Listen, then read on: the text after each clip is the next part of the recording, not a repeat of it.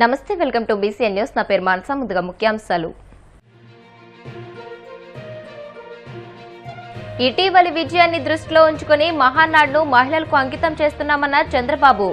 వచ్చే ఎన్నికల కోసం కాదు, భావితరాల కోసమే తమ ప్రభుత్వం పనిచేస్తుందని స్పష్టీకరణ.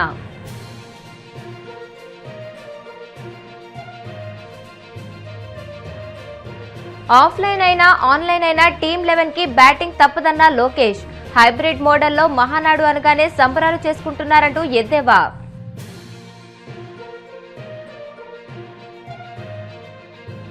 రాజమండ్రిలో డిప్యూటీ సీఎం పవన్ కళ్యాణ్ తో టాలీవుడ్ నిర్మాతల సమావేశం.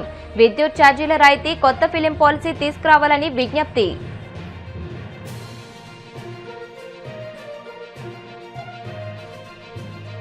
ప్రజాధనాన్ని వృధా చేస్తూ ప్రచార ఆర్భాటాలతో తీసుకొచ్చిన మెగా డిఎస్సీ చివరకు దగా డిఎస్సీగా మారింది.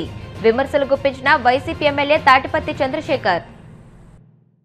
ఇటీవలి ఎన్నికల విషయంలో మహిళలు కీలక పాత్ర పోషించారని, అందుకే ఈ మహానాడును వారికి అంకితం చేస్తూ మహిళా మహానాడుగా ప్రకటిస్తున్నామని ముఖ్యమంత్రి చంద్రబాబు తెలియజేశారు. వర్చువల్ విధానంలో జరిగిన మహానాడు సభలో ఆయన మాట్లాడుతూ మహిళలు, యువత భవిష్యత్తే తమ ప్రభుత్వానికి అత్యంత ప్రాధాన్యమని స్పష్టం చేశారు.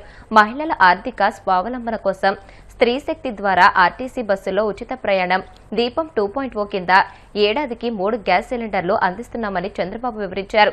రానున్న రోజుల్లో 5 లక్షల మంది మహిళలను పారిశ్రామికవేత్తలుగా తీర్చిదిద్దడమే లక్ష్యంగా పనిచేస్తున్నామని అన్నారు.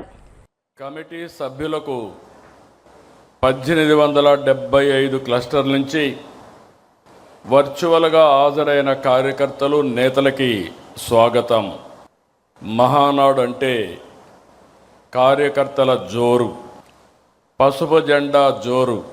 ఈసారి వర్చువల్ మహానాడు కారణంగా వాహనాల హోరు తగ్గిందే కానీ మీలో జోష్ మాత్రం తగ్గలేదు.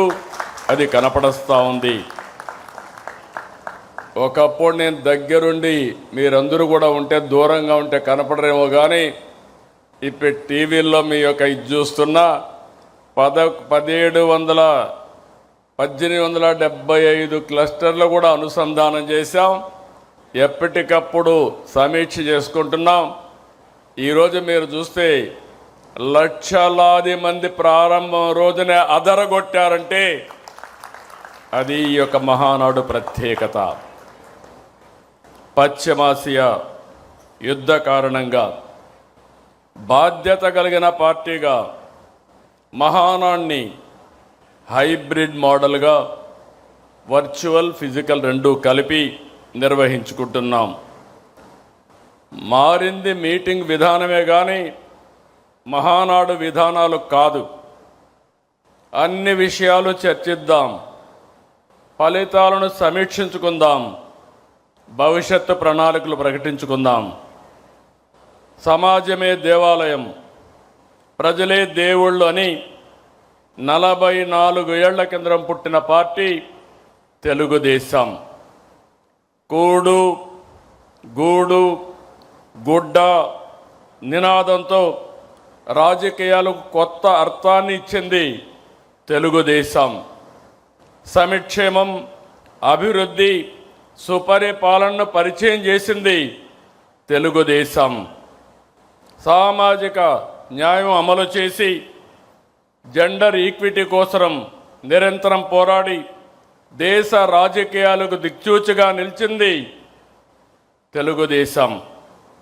సంస్కరణలకు, విజన్ పాలిటిక్స్కు నాంది తెలుగుదేశం. నేటి తరానికి పార్టీ ఐడియాలజీని తెలియజెప్పాలి, తెలుగు జాతిపై ప్రభావాన్ని వివరించాలి. తెలుగుదేశం పుట్టుక, ప్రయాణం, ప్రస్థానం అన్నీ అద్భుతాలే. ప్రతి అడుగు సంచలనమే. ఆంధ్రప్రదేశ్ అభివృద్ధిని తెలుగుదేశం పార్టీ ఆవిర్భావానికంటే ముందు, తర్వాత అని చూడాలి. దేశ రాజకీయాల్లో ఒక రాష్ట్రంలో లేకపోతే దేశంపై ఇంతలా ప్రభావం చూపించిన మరో ప్రాంతీయ పార్టీ లేదు. ఇది అతిశయోక్తి కాదు. జాతీయ జెండా దేశానికి గౌరవం. పసుపు జెండా తెలుగువారి ఆత్మ గౌరవం, ఆత్మవిశ్వాసం. ప్రతి ఒక్కరికి పసుపు జెండా చూస్తే ధైర్యం, నమ్మకం, భరోసా, ఆ వైబ్రేషన్సే వేరు. మహానాడు ప్రారంభం సందర్భంగా టీడీపీ వర్కింగ్ ప్రెసిడెంట్ లోకేష్ ప్రత్యర్థి పార్టీపై విమర్శనాస్త్రాలు సంధించారు. హైబ్రిడ్ విధానంలో మహానాడు జరుగుతున్నప్పటికీ టీమ్ 11కు బ్యాటింగ్ తప్పదని వార్నింగ్ ఇచ్చారు. ఆఫ్లైన్ అయినా ఆన్లైన్ అయినా హైబ్రిడ్ అయినా మహానాడు మాస్ జాతర సూపర్ హిట్ అన్నారు. హైబ్రిడ్ అయినా మహానాడు ఎప్పుడూ ఒక మాస్ జాతర లాంటిది. పసుపు పండుగనే మన మహానాడు. ప్రతి కార్యకర్త కాళ్ళు ఎగరేసుకుని నాది తెలుగు జాతి, నాది తెలుగుదేశం అని చెప్పుకునే వేదిక మన మహానాడు. నేషన్ ఫస్ట్ అనేది తెలుగుదేశం పార్టీ విధానం. మన దేశం మన బాధ్యత. అందుకే గౌరవ ప్రధానమంత్రి శ్రీ నరేంద్ర మోడీ గారు ఒక పిలిపిస్తే నెల్లూరులో భారీగా మహానాడు ఏర్పాటు చేసుకోవాలన్న ప్లాన్లు మనం క్యాన్సిల్ చేసుకుని ఈరోజు హైబ్రిడ్ విధానం మనం ఏర్పాటు చేసుకుంటాం జరిగింది. హైబ్రిడ్ అనగానే టీమ్ 11 ఎగతాళి చేశారు. ఆ టీమ్ 11కి ఒకటే చెప్తున్నా, ముందు బ్యాటింగ్ చేసే బాధ్యత మా పసుపు సైన్యానిది. విశ్వవిఖ్యాత నట సార్వభౌమ స్వర్గీయ నందమూరి తారక రామారావు గారు దేశానికే ఒక లెజెండ్. తెలుగువారి ఆత్మగౌరవం ఎన్టీఆర్, తెలుగువారి పౌరుషం మన ఎన్టీఆర్. సినిమాలో కానీ రాజకీయాల్లో కానీ ఆయన ఏనాడు ట్రెండ్ ఫాలో చేయలేదు. ఒక ట్రెండ్ సెటర్ మన ఎన్టీఆర్. ఆయన రికార్డు బద్దలు కొట్టడం ఎవడి వల్ల సాధ్యం కాదు. దేశానికే సంక్షేమం పరిచయం చేసిన వ్యక్తి మన ఎన్టీఆర్. సమాజమే దేవాలయం, ప్రజలే మన దేవుళ్ళు అని చెప్పి మనకు ఒక దిశ నిర్దేశం ఇచ్చిన వ్యక్తి మన ఎన్టీఆర్. 2 రూపాయలకే కిలో బియ్యం, పెన్షన్ విధానం, 50 రూపాయలకే హార్స్ పవర్ విద్యుత్, జంత వస్త్రాలు, పక్కా ఇల్లు, ఏకంగా గురుకుల పాఠశాలలు, మధ్యాహ్న భోజనం పథకం, పటేల్ పట్వారీ వ్యవస్థ రద్దు, ఇలా అనేక సంక్షేమ అభివృద్ధి కార్యక్రమాలు చేసిన వ్యక్తి మన అన్న ఎన్టీఆర్. స్త్రీ శక్తిని ముందుగా గుర్తించిన వ్యక్తి మన ఎన్టీఆర్. మహిళలకి ఆస్తుల సమాన హక్కు కల్పించారు. మహిళలకు పెద్ద ఎత్తున చదువుకోవాలని భారతదేశంలోనే తొలి మహిళా విశ్వవిద్యాలయం కూడా ఏర్పాటు చేసిన వ్యక్తి మన ఎన్టీఆర్. ఇంకా మహిళలు కూడా రాజకీయాలకు ప్రోత్సహించి రిజర్వేషన్ కూడా ఇచ్చిన వ్యక్తి మన ఎన్టీఆర్. ప్రపంచంలో ఎక్కడికి వెళ్ళినా 3 అక్షరాల పేరు చెప్తే తెలుగు జాతి ఆనందపడుతుంది, తెలుగు జాతికి గుర్తింపు వచ్చింది. ఆ 3 అక్షరాలు ఏంటి? సిబిఎన్. ఆ 3 అక్షరాలు ఏంటి? గట్టిగా చెప్పాలి, సిబిఎన్. ఎందుకు చెప్తున్నానంటే చాలామంది కుర్రోలు ఇక్కడ కూర్చున్నాం, వేదికమైన అనేక మంది యంగ్స్టర్స్ ఉన్నారు. పొద్దున్న లేచి దగ్గర నుంచి ఆయనతో పోటీ పడాలని ఒక తాపత్రయం మనలో ఉంది. కానీ ఒక విషయం మర్చిపోతున్నాం, 25 సంవత్సరాల కుర్రోలు 3 ఉన్నారు ఆయన లోపల.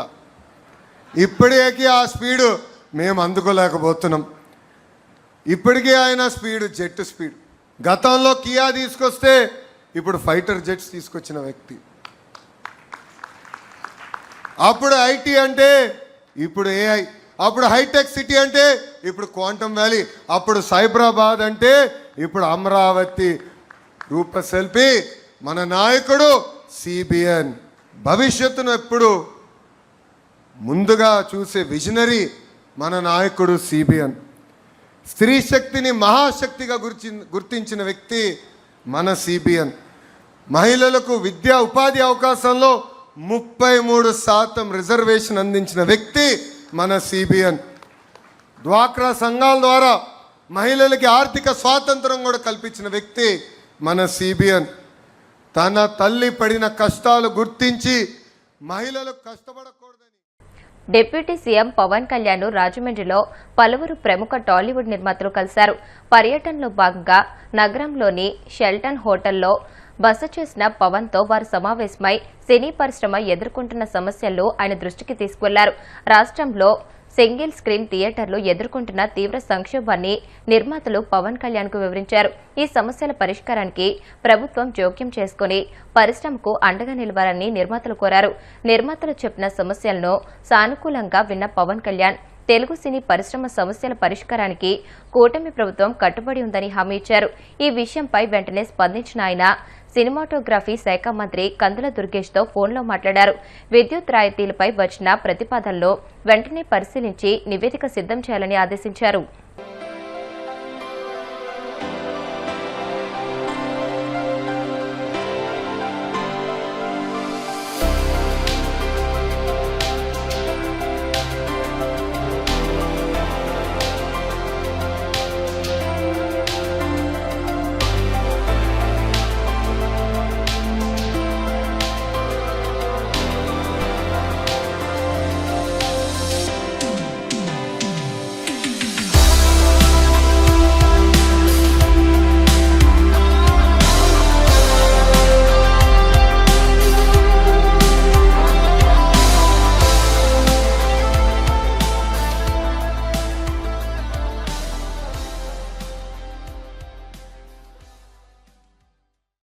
ఇప్పుడు కాసేపు ప్రకటనలు.